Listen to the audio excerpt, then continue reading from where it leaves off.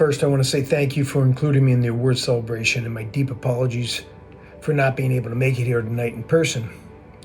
I owe so much of my success and my love of the sport to the many folks associated with the Atlantic Hockey District.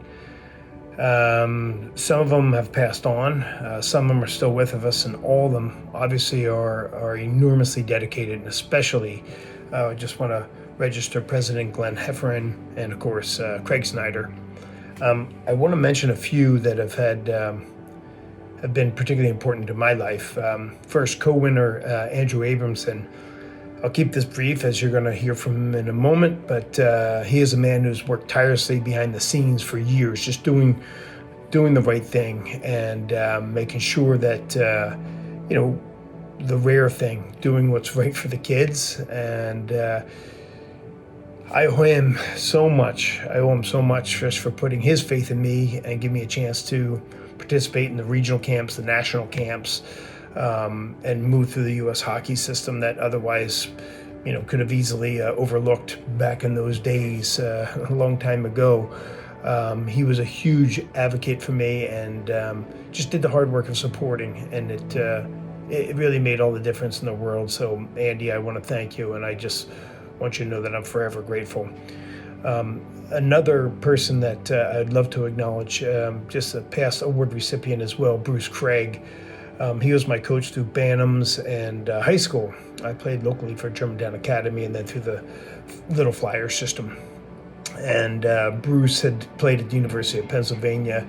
The guy could skate like the wind, and of course he was Canadian, so we had a lot of street cred around the parts of Philadelphia that I played.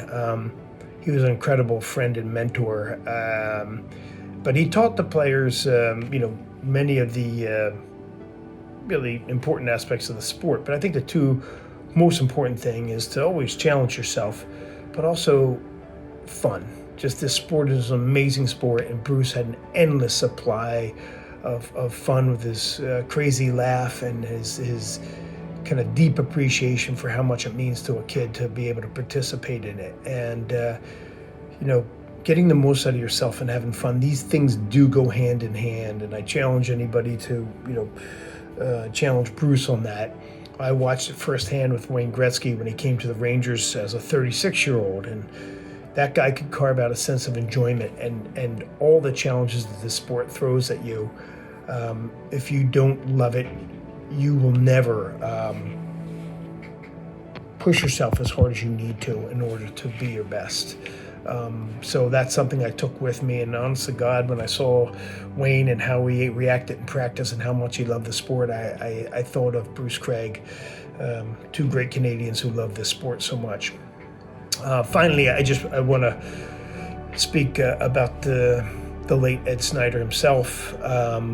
He didn't just build that iconic Flyers organization. I mean, this is a guy who, made this expansion team back in '68 into a championship squad in a remarkably short time. But he also built the infrastructure for the kids that lived in the Philadelphia and the tri-state area, really to be able to play at an enormously high level, not just enjoy the sport and participate on a local level, but actually put the foundation in for us to actually compete with the Canadians and the rest of the world. I was fortunate enough to meet Mr. Snider, and became immediately apparent to me why the Flyers organization had so much success and the alums are so loyal.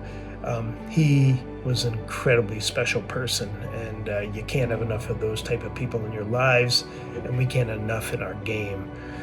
So to close, I just want to thank each and every one of you guys that work for the Atlantic District, that volunteer your time, and that support it in any way.